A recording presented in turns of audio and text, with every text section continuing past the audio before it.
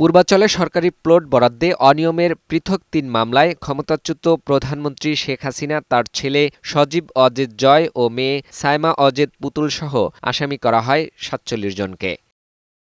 মামলার অভিযোগে বলা হয়, প্রধানমন্ত্রীর ক্ষমতা ব্যবহার করে ওয়াজেদ মিয়ার প্লটের তথ্য লুকিয়ে মিথ্যা হলফনামা দিয়ে ও রাজুক বিধিমালা লঙ্ঘন করে প্লট নেন শেখ হাসিনা। এই প্লট নিতে রাজুক ও গণপূর্ত মন্ত্রণালয়ের কর্মকর্তাদের আর্থিক সুবিধাও দিয়েছেন তিনি। দীর্ঘ শুনানি শেষে বৃহস্পতিবার বেলা 11:30টার দিকে এ মামলার রায় ঘোষণা করেন ঢাকার বিশেষ জজ আদালত ৫-এর বিচারক মোহাম্মদ আবদুল্লাহ আল মামুন।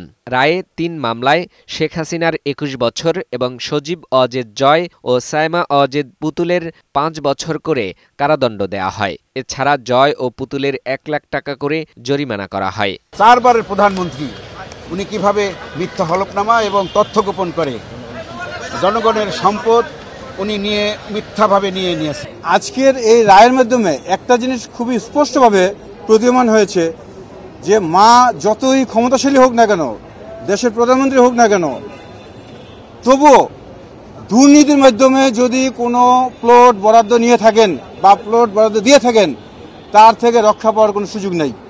বিজ্ঞ আদালতের রায়ের মাধ্যমে এটা স্পষ্টভাবে প্রতীয়মান হয়েছে। রায়ের পর্যবেক্ষণে আদালত বলেন, এখতিয়ার বহির্ভূতভাবে আবেদন ছাড়াই শেখ হাসিনাকে প্লট দেওয়া হয়েছিল। এতে রাষ্ট্রের সাথে রাজুক বিশ্বাসঘাতকতা করেছে বলেও পর্যবেক্ষণ আদালতের। অন্যায়ভাবে দরখাস্ত না করে সমস্ত রুল রেগুলেশন এগুলো ভায়োলেশন করে তিনি ক্ষমতার অপব্যবহার করে এখানে প্রতারণার মাধ্যমে যে প্লটটি নিয়েছে। ভবিষ্যতে যারা রাষ্ট্র পরিচালনায় থাকবেন অথবা যারা সরকারি কর্মকর্তা রয়েছেন অথবা এই ধরনের সুযোগ নেওয়ার যাদের আসলে সুযোগ রয়েছে তাদের জন্য এই রায়টা দৃষ্টান্ত হিসাবে আপনার রেখেছে। এসব মামলায় সাবেক গৃহায়ন ও গণপূর্ত প্রতিমন্ত্রী শরীফ আহমেদের ১৮ বছর ও এ মামলায় গ্রেপ্তার একমাত্র আসামি রাজুকের সাবেক সদস্য মোহাম্মদ খুরশিদ আলমের ১ বছরের কারাদণ্ড দেন আদালত।